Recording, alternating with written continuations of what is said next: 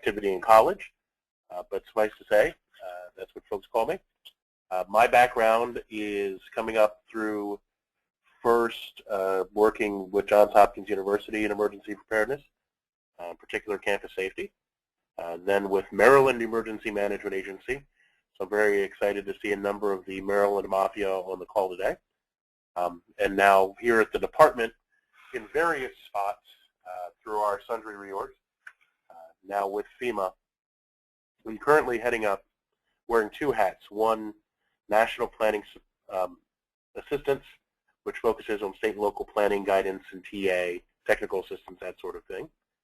And serving as the Executive Director for the Program Office to implement PPD 8. So the plan is I'm going to go through a couple of slides relatively quickly. You guys aren't on to be briefed at, you're on for a discussion, but I want to make sure that we have a common starting point for that discussion. Some of you will have seen these. They get updated almost weekly based on developments, so there'll be minor changes. But for some of you, you'll be able to take the first 10, 15 minutes of this call and check your email. But keep one ear on the phone and the screen as we move forward. If I can have the next slide, please.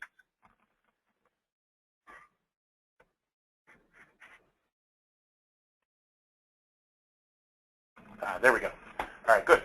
So bottom line up front, where do we stand? PPD 8 is an incredibly fast-moving train. To quote Leonard Bernstein, the only two things you need to do something great is a plan and not quite enough time. And certainly from an operational standpoint, I think we've all seen the miracles we can pull when we have less than just enough time in order to get something done. This process is really no different. The intent here is that we have a clear, decisive gap in doctrine and operational planning, in certain aspects of national preparedness that need to be addressed quickly, effectively, but quickly, and in a manner that can be refined over time. In English, trying to identify that 70–80% solution. If we can identify something better in a time frame, great, but let's not make the perfect the enemy of the good. So we've been talking with a lot of folks. We've been engaging a lot of folks. We've gotten a lot of ideas. We continue to learn something new every day, talk to a new group every day. It's never enough. We're never satisfied with our engagement. And we'll talk at the end of this about ways that all of you on this call can participate. We have all sorts of ways that allow us to legally do that. So the National Preparedness Goal was signed off on in September and approved by the President. The National Preparedness System in November and approved by the President. And now what we're quickly working on is a series of national frameworks. And we'll talk about those frameworks in a second. And then supporting operational plans and other activities. Next slide, please. So if I was going to stitch together all these things, this is an evolutionary step from HSPD 8. HSPD 8 got us where we needed to be, and it was a really good start. And a lot of good work came out of that. Much like a number of you, when I was with state government, I got the chance to be in there making sausage as we talked about things like the Universal Task List and HSEEP and developing the initial round of target capabilities. But there were some challenges with HSPD 8. It was very scenario-based, and we wanted something that had more risk flexibility. It didn't account for mitigation. And it was very almost tactical focus, operational/tactical focus, and didn't account for the myriad of programmatic and steady state things that would need to occur to truly embrace national preparedness. So what we did then was take a look across the spectrum and identify, one, we needed a national preparedness goal, something that would replace the national preparedness guidelines that were issued a couple years ago that established what success looks like. We needed to very concisely describe the tools at our disposal to achieve that goal, and that's what the system description is. And then build out the mechanisms to the plans to support the delivery of those capabilities, an ability to report our progress on those capabilities, and ultimately looking at how we engage everyone in this process. Next, please.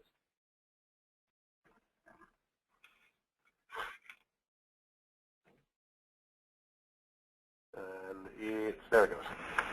So a couple ground rules for us. One, we're doing everything we can to include everybody. You know, we're taking postcards as they come in. Meeting with folks, conducting sessions, whether those webinars in person to get more information, reading reports that you all have participated in, or data that you've submitted for a report, doing sessions like this today. Everything we can to not only engage people in the process, but also to ensure that as we design, as we build, sustain, and deliver capability, we recognize that no one tier of government or government itself alone can bring to bear the resources and capacities needed to deal with the greatest risks to the nation. That this should be driven by risk seems self-evident, but oftentimes we get caught up in a set scenario, not recognizing that the reality is that the risks faced by a jurisdiction or even a business are not the same as those faced by a state or the nation as a whole. Conversely, understanding how those risks come together does have an impact on our capabilities. So having a system that is risk-based that can support preparedness became critical. We needed a set of core capabilities that we can mix and match to confront any challenge. And perhaps most importantly, even more important than assessing, don't tell my colleagues in certain parts of DC that, we needed something that allowed us to connect and integrate across all 5 missions: prevent, protect, mitigate, respond, and recover. Next slide, please. So first in this was the national preparedness goal. It was driven by risk. There was a strategic national risk assessment done. In case you're curious, strategic is a very fancy way of saying we only had a few months. We only had about 6 weeks to very quickly look over existing data. So, you know, I know people sometimes wonder, we turn that stuff in, does anybody ever look at it? I promise you, we looked at it. And this was a concerted effort. It was honestly probably one of the most amazing parts of the process to see colleagues from ours in traditional FEMA mitigation working hand in hand with representatives from the intelligence community, working hand in hand with the National Weather Service and others to come together to try to do a very quick analysis of our risk as an entire nation and be able to distill that down into something that was not classified. Because that's also the trick. You put all this information together, people start getting nervous, and it gets to a point where it's great that it exists, but nobody can use it. So we're able to distill it down into something that was easily digestible and not classified so that folks could see it. And all this is up on the FEMA website. And we'll explain where at the end. This first edition of the goal also efforted to define the 31 new core capabilities. You know, one of the blessings and curses sometimes of HSPD 8 was the target capabilities list. Now, I remember, and I'm certain some of you do when that first started, there's a lot of grumbling, but ultimately we were able to get them into a workable format and have built an infrastructure to support it and have developed a level of comfort with that. However, as I was pointing out earlier, there were some gaps in the TCLs. Mitigation being one issue. 2, not as an effective appreciation of steady state activities as was necessary. So with the transition to the core capabilities, we mark the transition to include and address those issues.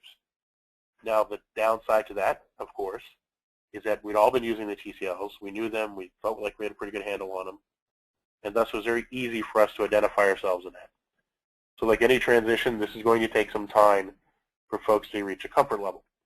What we've already published is a crosswalk that shows how all the existing TCLs marry up to the core capabilities. So nothing should get lost in translation.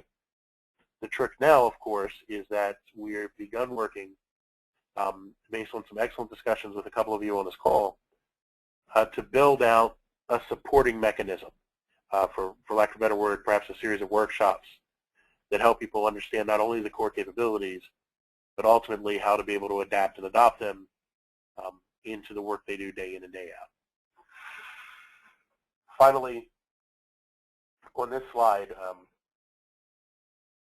one of the big flags we planted very early in the National Preparedness Goal was the fact that, again, we cannot do this alone. We, the federal government, we, government generally, cannot do this by ourselves. So this must include everyone, an integrated, layered, all-of-nation approach. Next slide, please.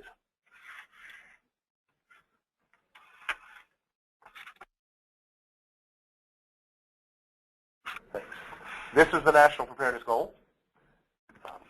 This is one slide I will read to you. I'll apologize. A secure and resilient nation with the capabilities required across the whole community to prevent, protect against, mitigate, respond to, and recover from the threats and hazards that pose the greatest risk. Couple things in here. One, security and resilience are being specifically referenced and brought together. This is one of the strongest statements that I think we've made about the linkages between what we commonly refer to as national security, what we commonly refer to as homeland security.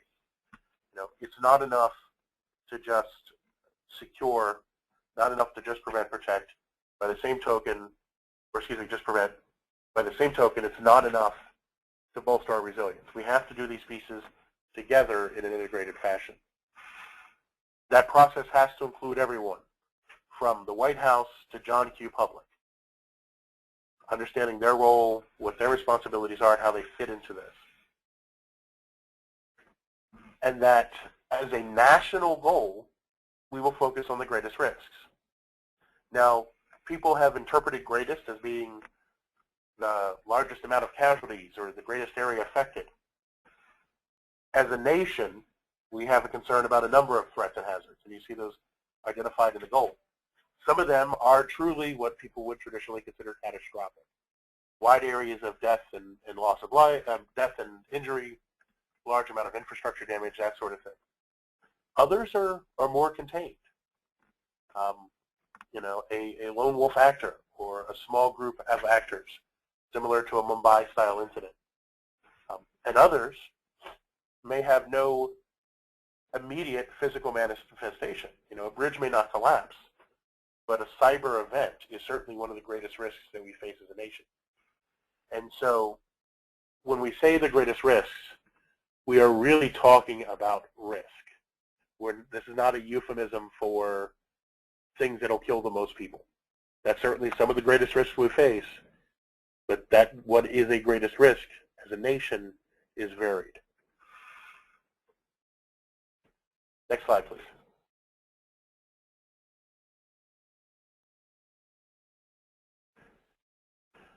So we've talked through some of this already. One of the things I will highlight on here is the fact that we did a preliminary effort in the first edition of the goal to identify national targets. Now again, national is not a euphemism for federal. This is national. So if we say that, you know, the national target is X, that means the combination of our efforts across federal, state, local, tribal, territory governments, private sector, non-governmental groups, nonprofit groups, individuals, communities, all coming together to achieve these aims. That's not going to be a small thing to understand or figure out. It's going to take us time to put the right process in place to truly understand that. But it doesn't mean we can't take actions to advance that already. Many of you are already doing those actions.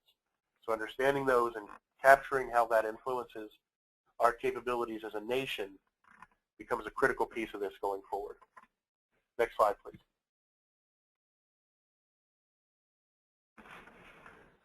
This is the list of core capabilities. As I mentioned, on the PPD website, we have posted a crosswalk so you can see how the things that you might have done under the TCLs link up with this list. Please note that there are 31 distinct capabilities. A number of them repeat on here. There's been a lot of confusion over the number, but it is 31. Next, please.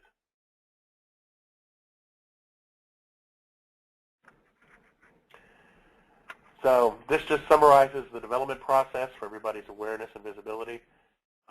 We had over 2,300 comments come in, but we also had, before all that, we had discussion calls with people to get ideas and solicit input. We had a fairly significant state and local engagement effort over a period of 7-8 weeks, where we would go to people and pitch ideas and see what their reaction was. all of this to do a first edition of the goal. We are actually required to do a second edition by November 1st. So there's going to be even more opportunity over a more graceful period of time than a handful of months to actually participate in this effort. Next slide, please.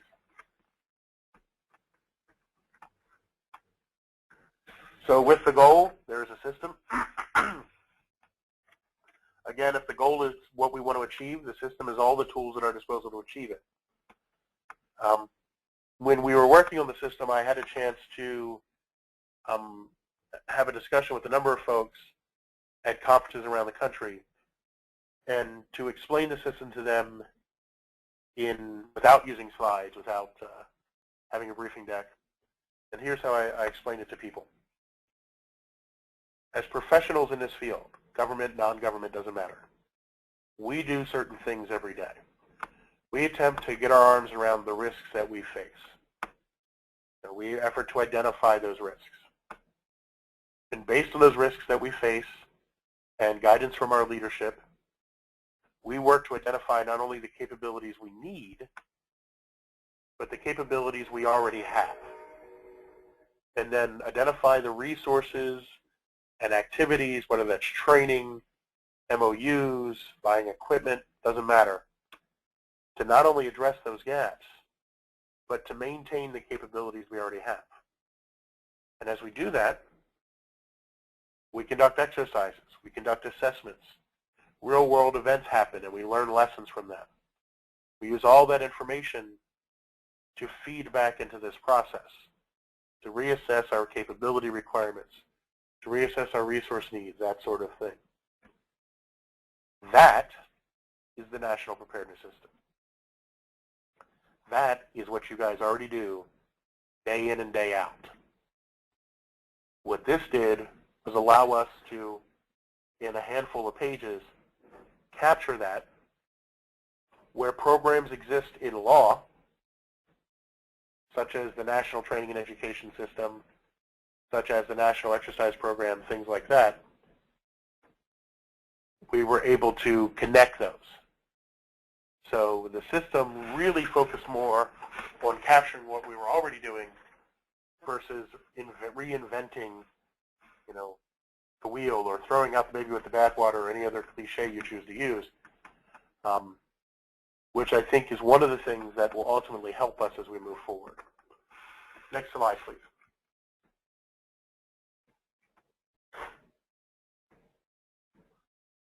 So you'll see here, there's our pretty diagram. We are the federal government. We can't go anywhere without at least one diagram or chart. Ta-da. These are the basic elements of the system. And again, this is what you do day in and day out. This is just a chance to actually codify it, make sure that we're all coming at this with a common understanding of what the system was about. Next slide, please.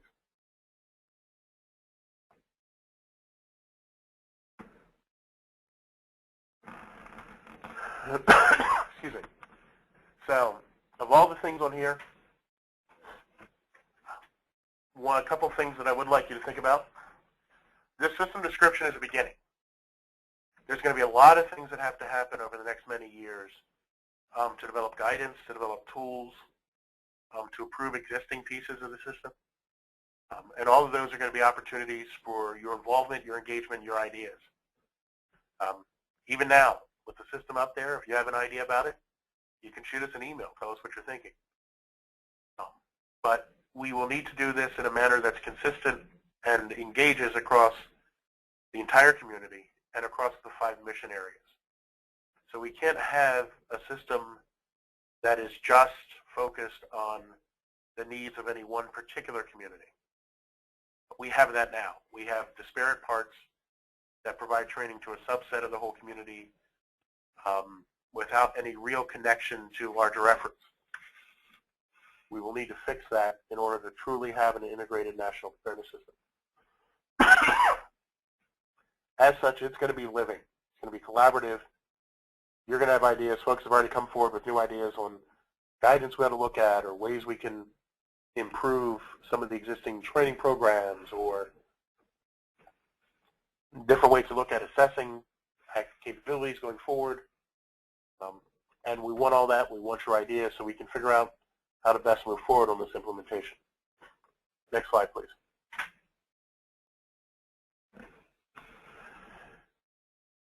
Beyond the goal in the system, as we did all that development,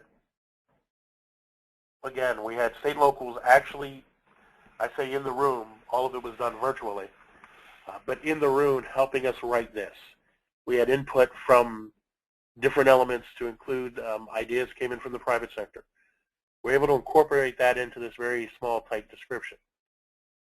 So it was a better process, but still not the massive engagement that I think we ultimately want to see. Next, please. One thing, while the slides are transitioning, one of the things to think about as we talk about the preparedness system and going into the planning is this issue of NIMS. People tend to stovepipe NIMS as to being something that is used for response. One of the things we'll be doing through the PPD-8 effort is to change that perception.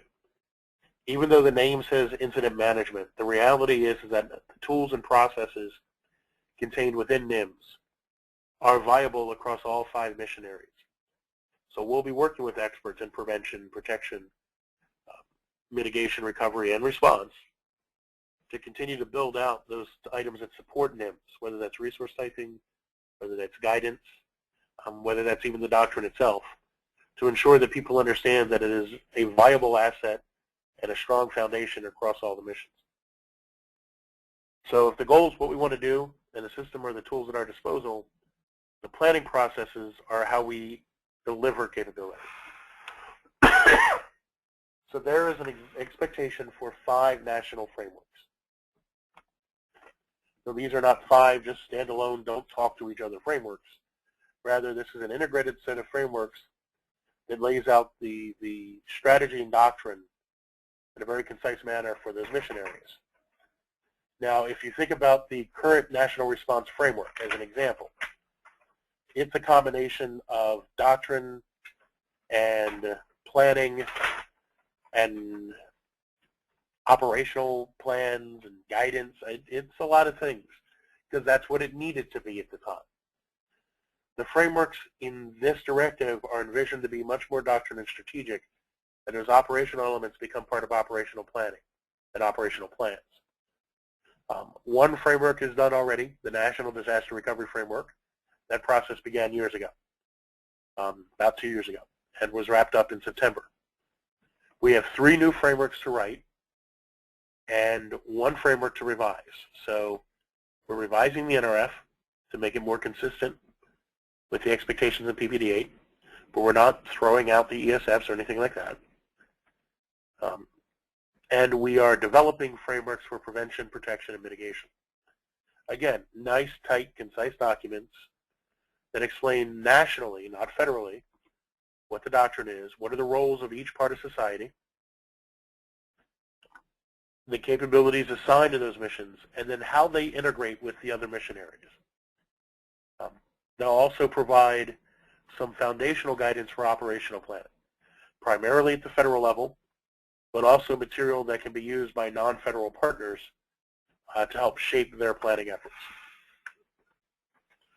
We'll ultimately support each of the frameworks with follow-on guidance for use by state and locals, because we recognize that 5 separate frameworks may make sense for an entire nation, but it may not ultimately make sense for a county or a city or even a state, certainly not for business.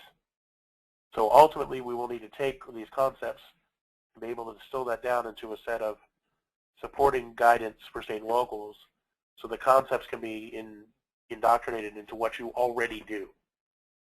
Again, we want to avoid doing harm wherever we can here. Those frameworks are due at the end of June. Framework teams up and running. We have state and local participation. We have mechanisms that we're using to engage the private sector, but we can always have more. And I'll talk to you about opportunities to engage as we move through the slides. That is a lifetime, by the way. June 30th is a lifetime in PPD-8. The first drafts will be coming off the press here towards the end of February, and we'll be doing a massive engagement with all of you the field in general, to get your inputs and ideas on those. But even now, if you have the time and want to participate, there are opportunities to help shape that content before that first draft's even produced. Next slide. I've talked through some of this already, so we'll go to the next slide.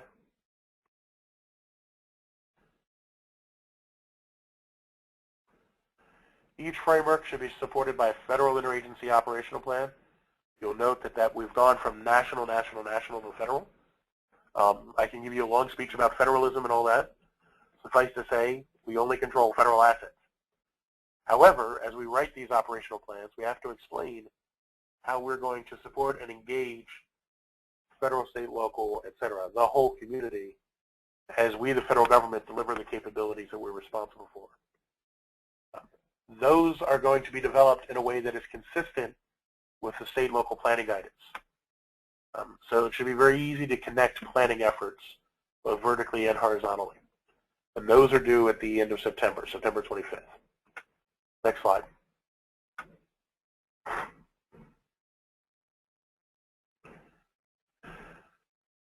One of the sort of forgotten elements of PPD-8, because it's one that doesn't have a very specific deadline set by the President, is our integrated efforts to build and sustain preparedness. Those are beginning to ramp up now in terms of what changes do we need to make, what actions do we need to take.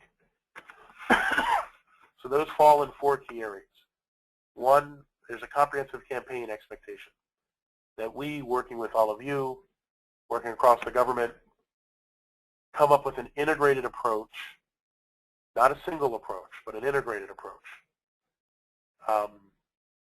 to engage the public, to engage communities, private sector programs, all these things to improve our overall national preparedness. This isn't just about having a kit or having a plan, but striving for real behavioral change in how we function as a society. The second element is federal preparedness. It's great if we can talk a good game, but if we're pushing everybody else to be prepared and we aren't examining our capabilities and making sure that we are prepared, then it doesn't matter. So we have a requirement to look on ourselves and say, what can we do? What do we need to be able to do? How do we close that gap? 3, the implications for grants and technical assistance. We've already begun looking at the technical assistance program here in FEMA to see what changes we're going to need to make ultimately. And certainly as grantees, a number of you are grantees through PMPG or the Homeland Security Grant Program.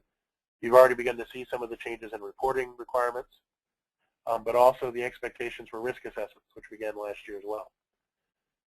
So we're not seeing, sort of massive fundamental change yet or anything like that, but rather it's a transitioning of concepts from what was HSPD-8 to PPD-8. Finally, national research and development. A lot of R&D goes on, but it's siloed. So how do we better integrate those efforts? Next slide, please. Finally, we're the government. There has to be a report. It's a thing we do. We are expected every year, March 30th, to report on our progress as a nation to achieving the capabilities. Our intent here is, again, to do no harm. So we want to use existing reporting requirements, existing reporting efforts to gather that information, not create a new reporting burden. Also incorporate other reports, whether it's HHS, DHS, doesn't matter, to feed into this, to produce a nice, tight, concise report that can be shared that shows our national progress. Next, please.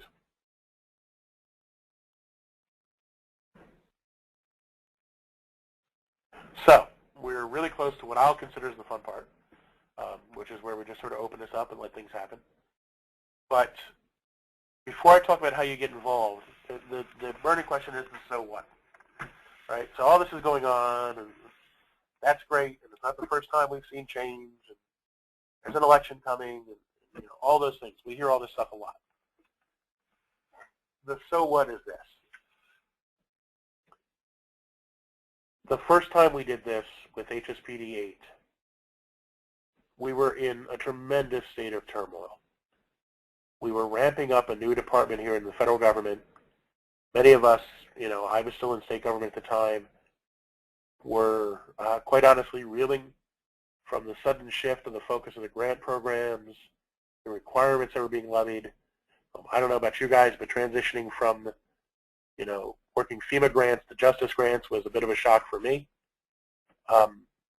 And the environment was very, very, very fluid from a policy standpoint and even from a structural standpoint. We've had years under that structure. We know what worked. We know what didn't. We've had some lessons learned. And now we have the opportunity to control our own fate, to look at everything that has come before us and say, okay, if we're going to have a process that allows us to focus on truly implementing a national preparedness system, what does that mean? What does it mean to have a national training and education system? Does it mean to even have a national exercise program? As we look at the doctrine for prevention or even response, what are the roles beyond the government that people should be playing? And even what is our role? Where does the balance lie? And to do that across all those missions. Because ultimately, all this stuff is going to be used as the foundation to drive policy, to drive programs, to drive budgeting. So to have the opportunity to engage in that discussion now versus reacting to it once it's been signed off by the President is certainly an opportunity I jumped at. And one I'm hoping that a number of you will as well. I do recognize, however, that this is not the only thing in your life. PPD 8 is not my day job, but it is certainly become an all-consuming one. So we've laid out a number of processes here. First off, the one that's not on here, and that's an oversight on my problem because I forgot to update the slide.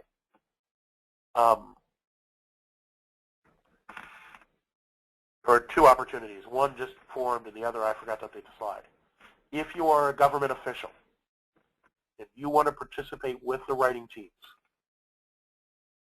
in person or remotely, there's an email on the bottom of that slide, ppd8-engagement at FEMA.gov, FEMA.dhs.gov. Shoot us an email. Say you're willing to do that.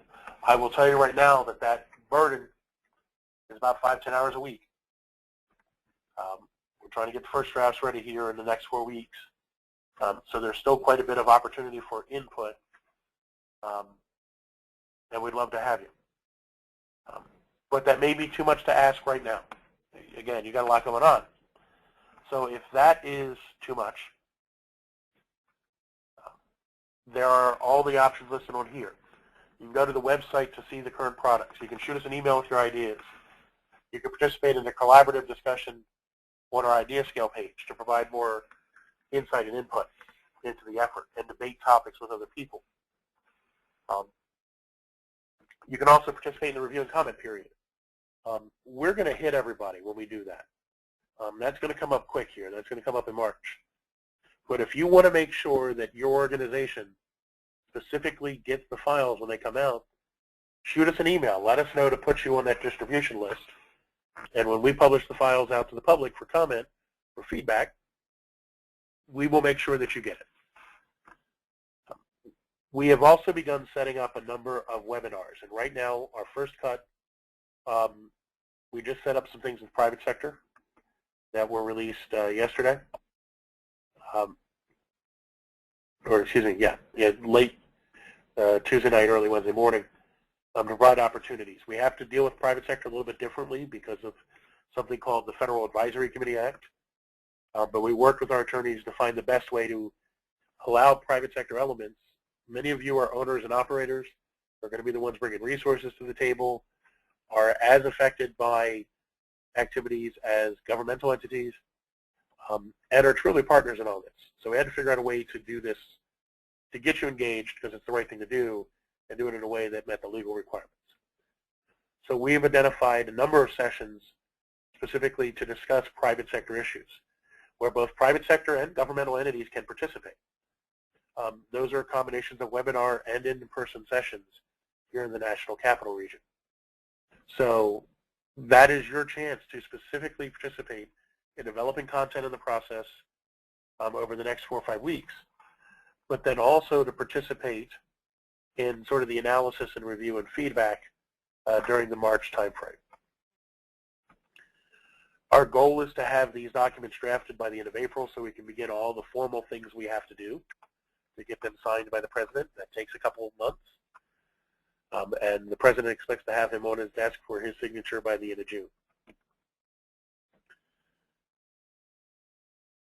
We have also been working with groups specifically, much like today with the All Hazards Consortium, to conduct focus webinars. So, if there's an opportunity to engage, we want to jump on that. The whole point of these efforts is to get your ideas, your discussion, your input, answer questions you might have that will help us shape that content. So, a lot going on. We're going to leave this slide up for the moment at least. And what I would like to do at this point is hand it back over to, I believe, Tom, to begin some of the Q&A part. Tom? Sure. Thank you, Doc. We have, if you have questions you want to provide, you can type them in your chat window, and Neri will be monitoring that. Doc, we have a couple questions. You may have addressed some of this, but I thought it'd be good to go back over. From the private sector perspective, if I'm a power company or a food distribution company or a big retail organization or whatever, can you talk for a second about how this can impact them? I think sometimes some people understand and some people don't, and maybe we could just talk to that issue for just a minute from the private sector perspective. What do you see as the benefits initially for them? Sure, great question. So there's a couple ways to look at that. First off, let's be very practical. In any event, private sector is going to be involved. Whether it's an imminent threat, who operates a stadium, who operates the vendors at a stadium, who provides supplies to that site, etc. In some cases, the security for that stadium is a combination of private and public sector. So I use that as an example. And that where an incident has occurred and we have critical infrastructure that needs to be restored, we have supplies that need to get into a community, we have to get an economy back in place. If you look at recovery and we have to rebuild a community, one of the surest signs of recovery for a community is a restoration of its economic base. If the economy is not there, people aren't going to come back. There's nothing to come back to. There's no jobs to be had, that sort of thing. So no matter where you cut across in mission space, private sector is a critical element. Where we have a gap in our doctrine is, I think, an effective understanding of the role of private sector and expectations on both sides of the fence. Private sector of government and government of private sector. So part of this effort is the very practical aspect of making sure we have a common understanding of expectations and roles and how the pieces fit together. Now, there are some mechanisms for that already. I know a number of the folks on here directly or indirectly participate in the sector coordinating councils, which feed into the infrastructure protection program here at Homeland Security. That's one piece. But now with PPD 8, it's okay. So what are those connections with our prevention activities? When we look at community resilience, long-term, and mitigation, what does that really say that the role of the private sector would be in that discussion? So in the frameworks, we want to capture that in the high level and have that as sort of a foundation point that we can then go forward, whether it's in the operational plans, whether it's in follow-on doctrines and doctrine and guidance, whether it's through all sorts of other mechanisms to make sure that we actually understand what the issues are, that we include the private sector in those discussions, and that we can engage and account for those equities as we rely on them and they rely on us during a disaster. Very good. Thank you, Doc. Inside, another question is, inside PPD 8, there's mention of tracking the progress The national, for example, it states the national preparedness goals shall be informed by the risk of specific threats and vulnerabilities, taking into account regional variations. Two questions is, can you define regional? That's always an interesting question. Yeah. And how will things be tracked and measured, I guess is the question. So first, how does FEMA define regional, if there is a definition for that, and second, how is measurement done? So, I could always cheat and point out that we have 10 FEMA regions. When that language made it into PPD-8, the focus was so that we wouldn't make some very basic mistakes, right? So we wouldn't, enforce that, by God, there was a hurricane threat to Idaho, or that there was a significant winter storm threat to Miami. It's not to say that either couldn't happen somehow magically.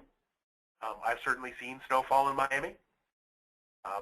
But it was to recognize that there are certain threats and hazards that we face that can have a national impact in terms of the need for capability, but that are likely going to impact only in certain parts or certain regions of the nation.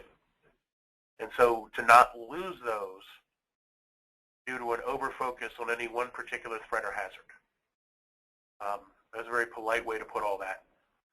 In English, it was to make sure that, we didn't lose sight of some of the natural hazards we face because of certain legal requirements that we focus on terrorism, but also to appreciate the fact that there is variety, and thus variety and capability requirements across the entire nation. Now, in this first round, we were able to account for that largely by acknowledging that natural hazards variety does exist in this first strategic national risk assessment. But also, we had begun working with the FEMA regions to look at a number of different mechanisms, and in the first go-around, we tried a number of different ways. With them working with their states, working with their partners in the federal government to examine risk as a region and to see what the results of that come out to vis-a-vis a national risk assessment. All of this does not mean that we're simply rolling things up, because the reality is that those things that might present a real risk to a state, as an example, may not be of the greatest risks to the entire nation. Now, that doesn't mean there won't be similarities. I think we all agree that a nuclear device is bad. But rather, there may be concerns that a state or city might have that are perfectly manageable within that state or city, or even with its partners in a geographic region, that won't really stress national capabilities, that won't really cause us to, mobilize resources from all the states or from some major portion of the states to move to one spot of the country to help deal with an event. So that's part of the puzzle. How we do this is through a couple things. So we talk about this in light of reporting. There's an existing reporting process with the State Preparedness Report that will capture information on the capabilities. The states have a requirement that began with prior year's grant guidance, FY11, to submit the risk assessments, many of which they were already doing through the Disaster Mitigation Act requirement, to help inform ultimately, or to provide insight as to things that might ultimately rise to a national level. Going forward, we're going to provide guidance. We've been working with our colleagues here in mitigation, in DHS Intel and Analysis, and in other parts. We'll provide supplemental guidance to state and locals in support of 101 and in support of the Mitigation Blue Book that will more effectively incorporate threat into those existing risk assessment efforts.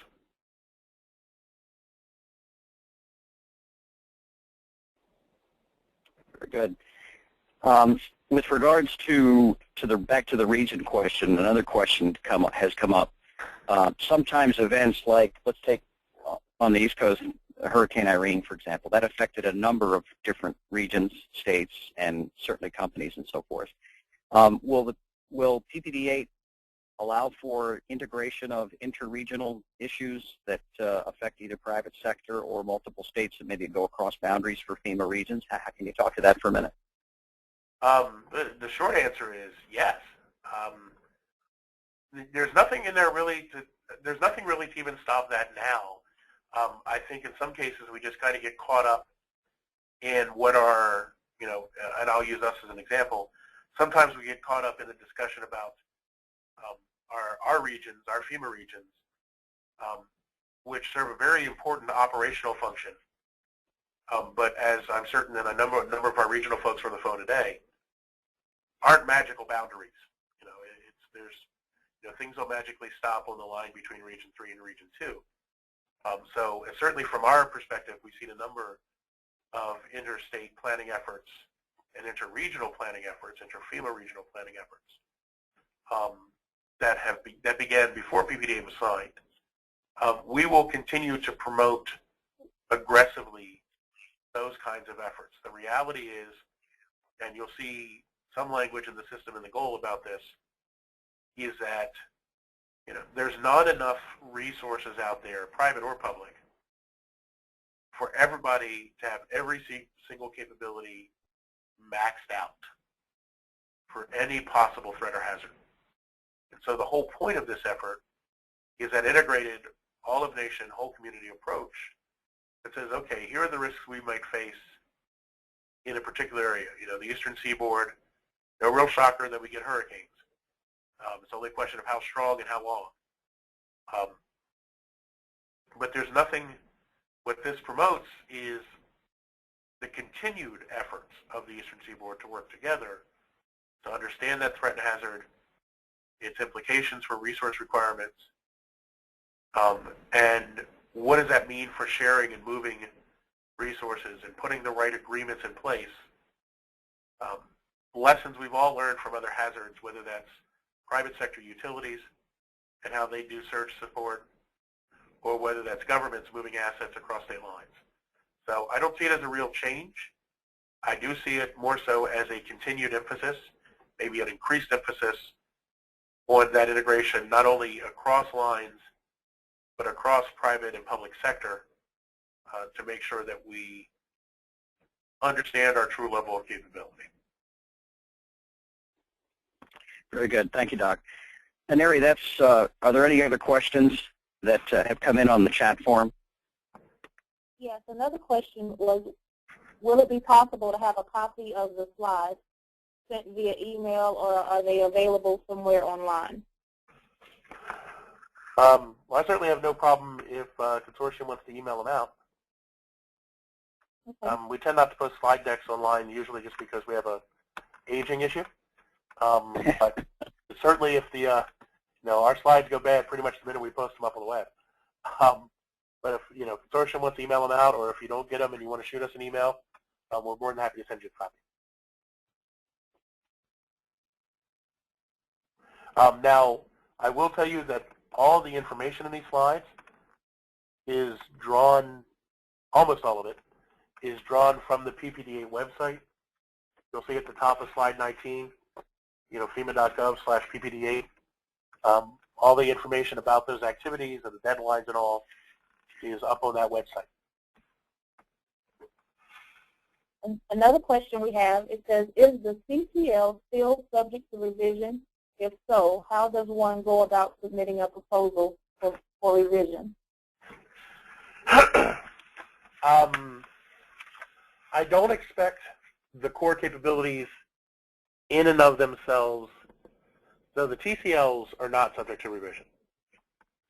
The core capabilities list, the new list, we're certainly going to take a look as we update the goal.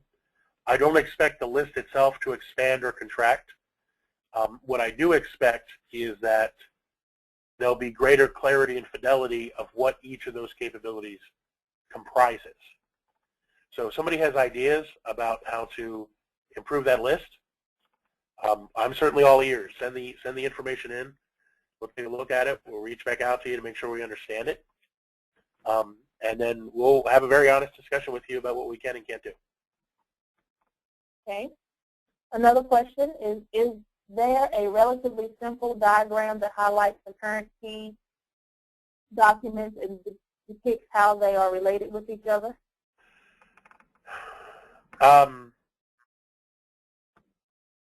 The current suite of documents and how they relate to each other. I want to say yes. Let me rephrase that. I know there is. What I'm pausing is that I don't know that we've put it up on the website. So I will take that as an action from this call today to put that diagram up on the website. Okay. Next question says, can you clarify the fatality management changes in the core capabilities? Okay, I'm not certain I entirely understand the question. So can you clarify the fatality management changes to the core capabilities? I'm sorry. The fatality management changes. Okay, so this is the first edition of the core capabilities list.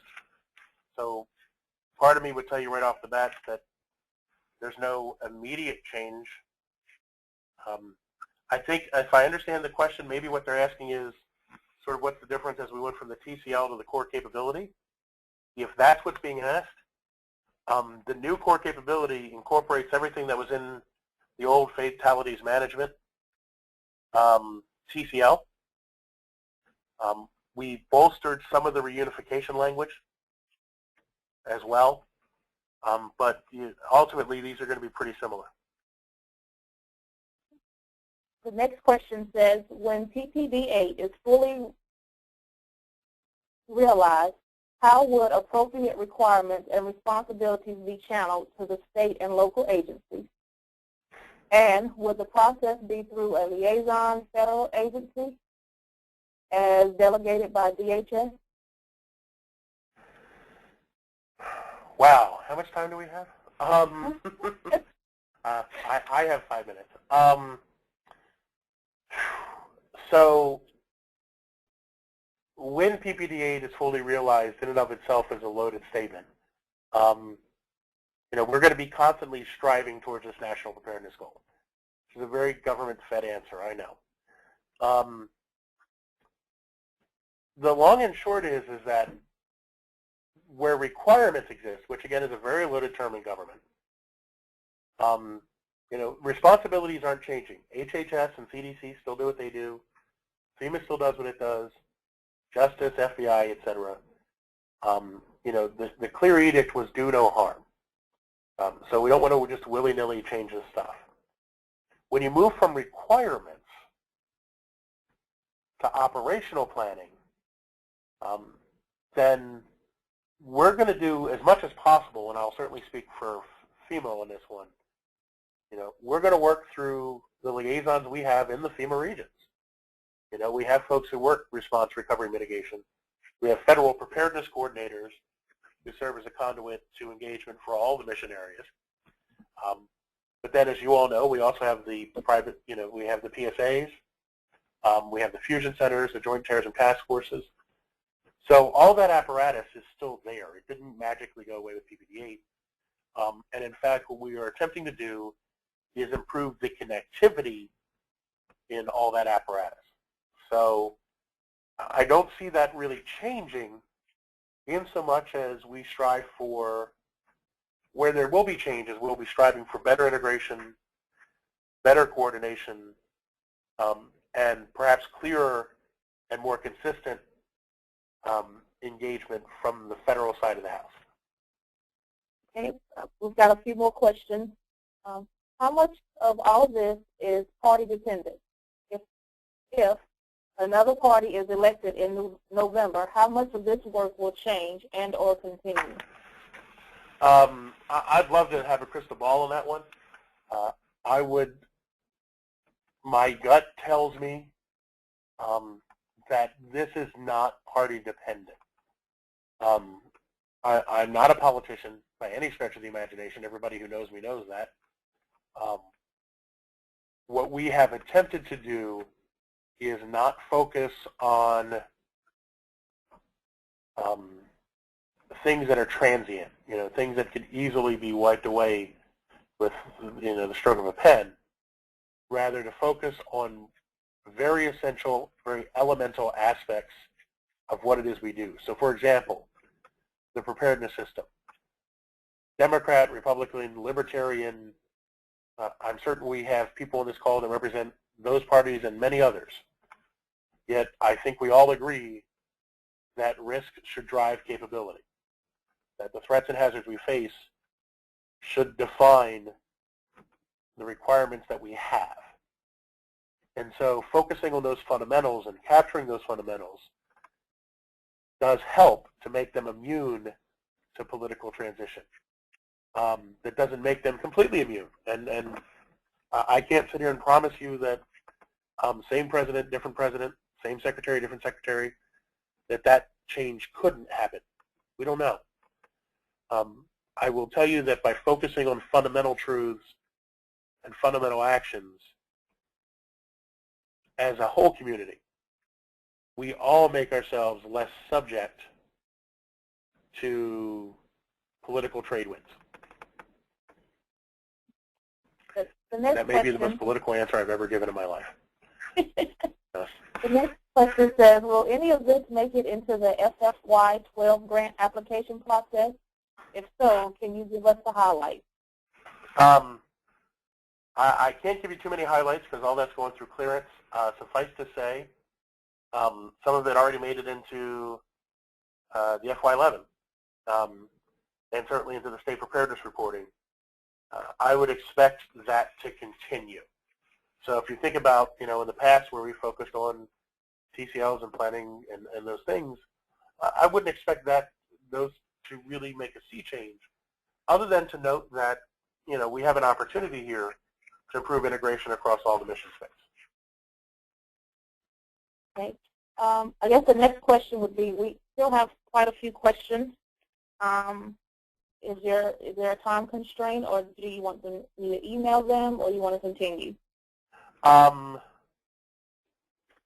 There is a time constraint, unfortunately. I'm being summoned by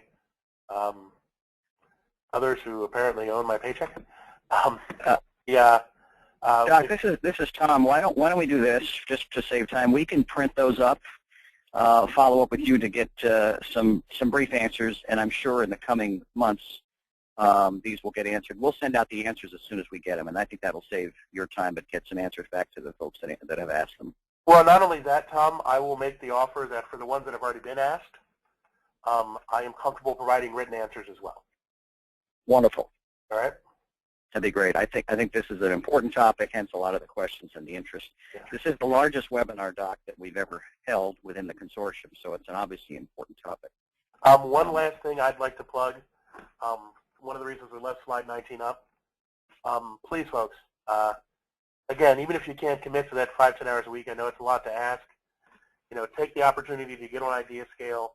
Take the opportunity to send me an email, my folks an email, with your thoughts and ideas. We're taking this stuff, we're using it, pieces are making it in, and these are documents that where words matter, because they will shape the foundation of what we do going forward. So even if you can't, set aside some of that time, even if you just take, 30 minutes out of your day to shoot us a message with your ideas, to chime in on Idea Scale, whatever, it would be greatly appreciated. Very good. Doc, thank you so much for your time, and I want to thank everyone who's dialed in for today. We will send out a link to the PowerPoint and the recording of this webinar very shortly, and we'll get the answers out for the questions. So, Doc, thank you again. Thank you all for your time today. This concludes our webinar. Thank you.